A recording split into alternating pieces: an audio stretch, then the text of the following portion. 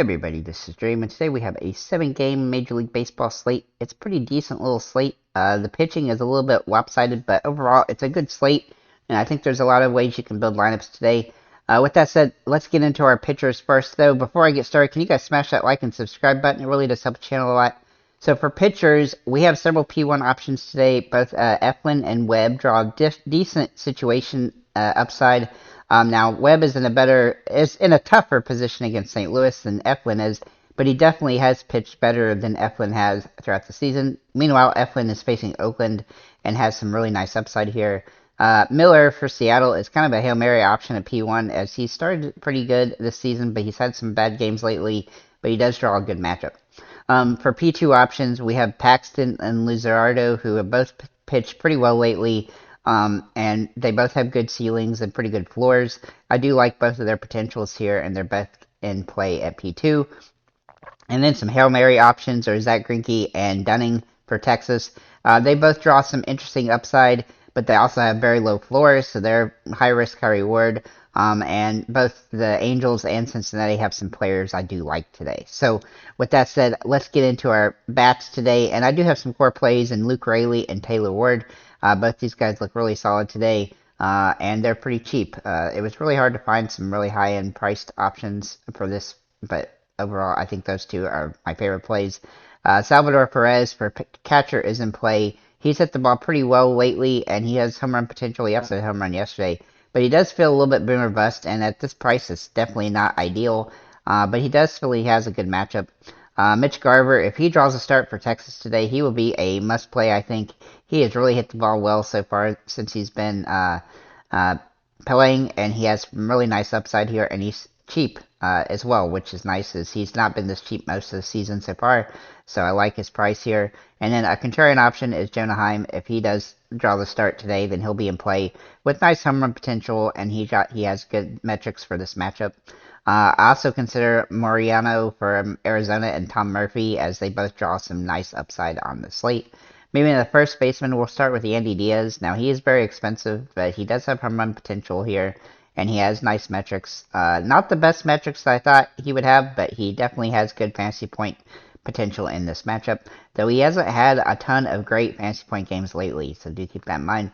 Luke Raley, who can play first base or outfielder, is just way too cheap for his potential here. He has been pretty good lately as well from a fantasy perspective, hitting the ball pretty well, and he has home run potential in this one.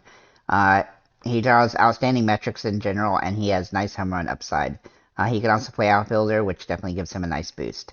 Nate Lowe for Texas is also in play here, as he draws some really good metrics here, though he hasn't hit the ball badly. He hasn't been getting a ton of fantasy points in a few games, but overall he has really good metrics, and his price, while it is somewhat expensive, he's still viable here on the slate.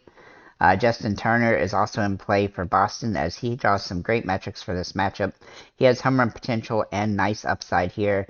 I like him, especially if you go with a little bit of a Boston stack. He would definitely be somebody who I would take in consideration, and he definitely has the best matchup metrics for this particular slate. Facing Colorado. Then we'll look at second base. I also consider Ryan Noda, Alec Boom, Ohtani, and Wilmer Flores here at first base. I think Ohtani is just much more suited for the outfielder, as he's super expensive today. Maybe in the second base, Marcus Semien is in play for Texas. He's hit the ball really well lately, though the crutch here is he hasn't had a ton of 10 fantasy point games or higher, and he is very expensive, so that does make him hard to roster as a result. But if you go with the Texas stack, he's definitely viable today. Marte for Arizona, his metrics are just off the charts today.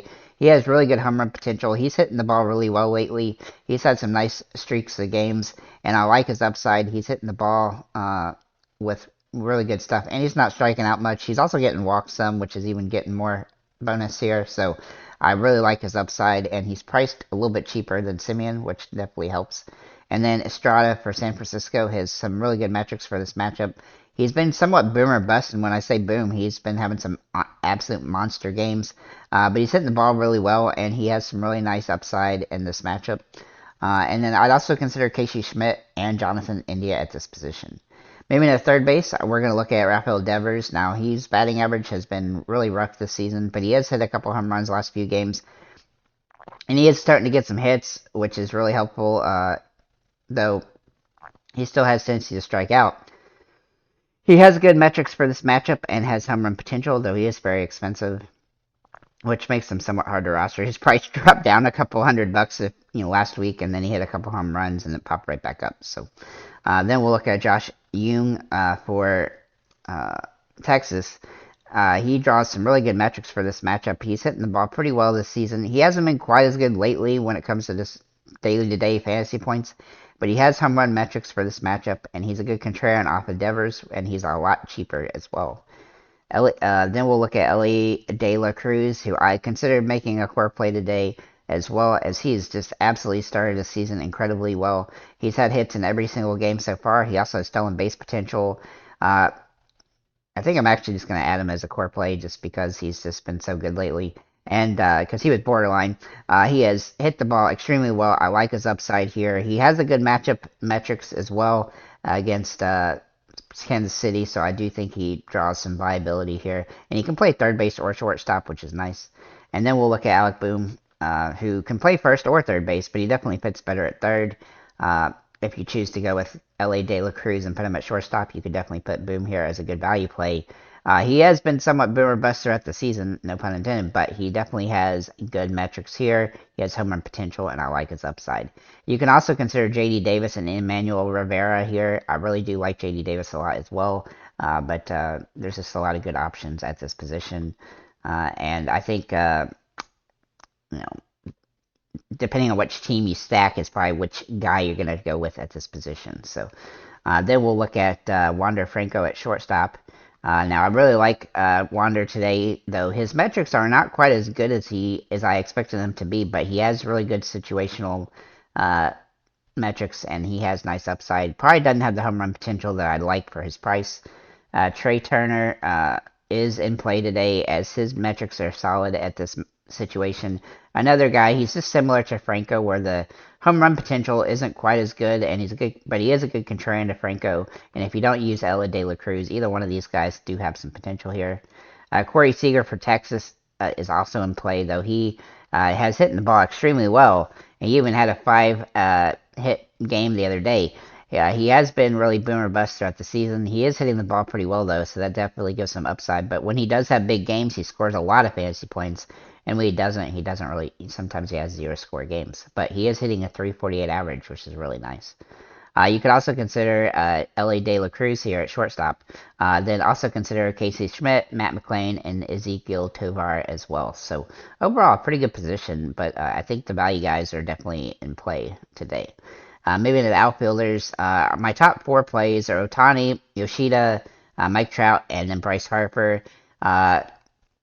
All of these guys are going to be somewhat hard to roster today as a result of their prices, and because you're going to need a lot of value to pay for pitching, most likely, unless you go cheap on pitching, which is definitely risky today, but it is definitely something you could do.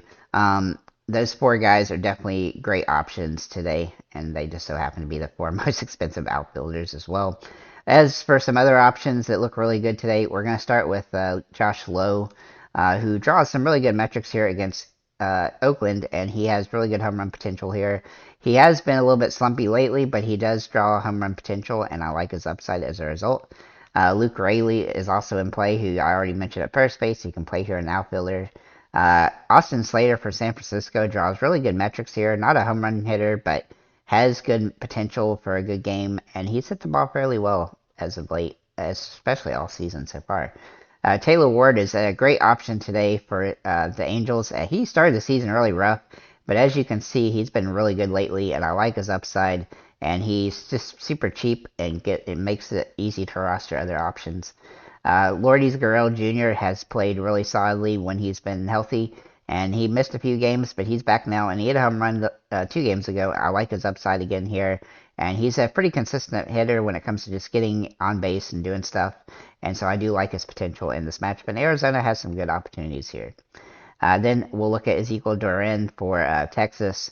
Now, he draws some interesting matchup metrics here. He's hit the ball really well lately, and so he draws some nice upside. He can also play shortstop. He's a but I don't think he's really useful there. Much more a good value play in the outfield. And then Mitch Haniger draws some really good metrics here, despite not hitting the ball all that great this season. He's been hitting the ball better recently, and I like his upside. He's had some ups and downs throughout the season, but he's been hitting the ball well lately, and his fantasy points are showing that as well. You could also consider Alex Verdugo, Kyle Schwarber, Nick Castellanos, Corbin Carroll, Randall Grichuk, and Toscar Hernandez at this position. Overall, I think it's a pretty solid slate. I think it's going to be somewhat high scoring because there's a lot of bad pitchers on this slate, so I do think there's some viability there. Thank you guys for liking, commenting, subscribing. If you have any comments or questions, feel free to leave them below, and have a nice day, guys.